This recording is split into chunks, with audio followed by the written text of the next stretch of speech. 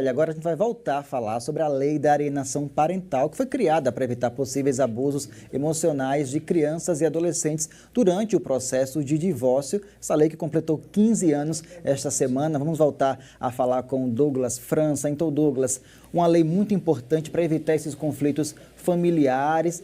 Quais os avanços ao longo desses anos? Oi, Raj, boa tarde para você, boa tarde a todos que nos assistem. Olha, Raj, como você falou, são 15 anos da lei. Vale ressaltar que a lei não mudou, mas algumas maneiras de interpretá-la mudaram. Quem vai passar os detalhes da gente agora, vou conversar com um advogado familiarista, o Natan Moreira. Natan, bem-vindo ao nosso telejornal, boa tarde para o senhor. Primeira pergunta, o que é que caracteriza a alienação parental? Boa tarde a todos.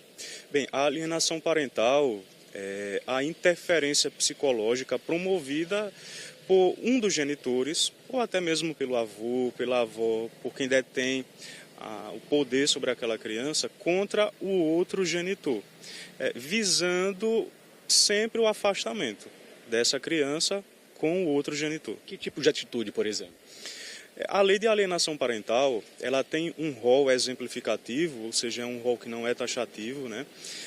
Que fala sobre algumas condutas que podem ser consideradas como alienação parental.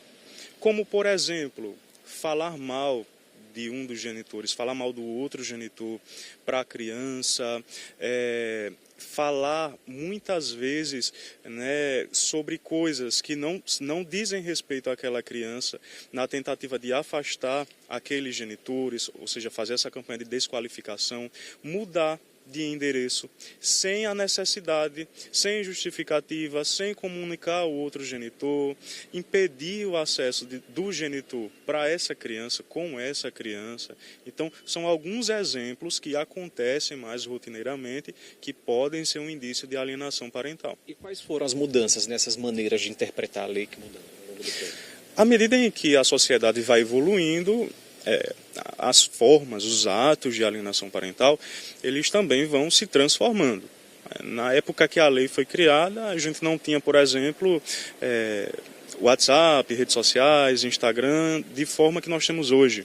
Então, uma das formas que não está na lei, mas que pode ser considerado, por exemplo, é quando a genitora bloqueia o genitor do seu próprio WhatsApp, por exemplo, ou do WhatsApp da criança.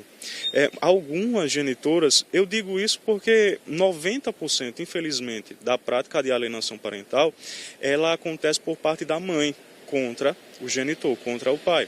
Então, algumas genitoras, elas deixam o celular da criança descarregado, elas impedem esse acesso do pai ao filho. Às vezes, elas até mandam a roupa da criança para a casa do genitor, no dia de visitas, uma roupa mais velha, uma roupa apertada, para que a criança se sinta mal. Agora, doutor, quando o pai ou a mãe, né, percebe que está acontecendo esse tipo de situação, quais são as medidas que ele deve tomar, enfim, qual a ação imediata, o que é que se deve fazer? O que se deve fazer sempre é procurar um especialista. A gente tem a Defensoria Pública ou os advogados especialistas em direito de família, porque diante de uma situação dessa, né, geralmente a alienação parental, ela envolve um genitor, o outro genitor e a criança. A criança vai ser sempre o objeto, digamos, de tortura contra o outro genitor, mas ela também sofre. Então o advogado, ele vai iniciar os procedimentos jurídicos cabíveis, como a ação de guarda, com regulamentação de convivência e a própria ação de alienação parental, para começar a tentar impedir essa prática. Rapidinho, para a gente encerrar, comprovada a alienação, quais são as penalidades que o genitor ou a genitora pode sofrer? A depender do grau de alienação parental. As penalidades podem ser desde uma declaração formal pelo Poder Judiciário até a perda da guarda, multa e a determinação de acompanhamento psicológico para o genitor alienante. Doutor, muito obrigado pelas informações. Então é isso, Raj. É uma situação muito delicada porque no meio desse fogo cruzado, né, tem uma criança que acaba sofrendo com toda essa situação. Eu volto com você.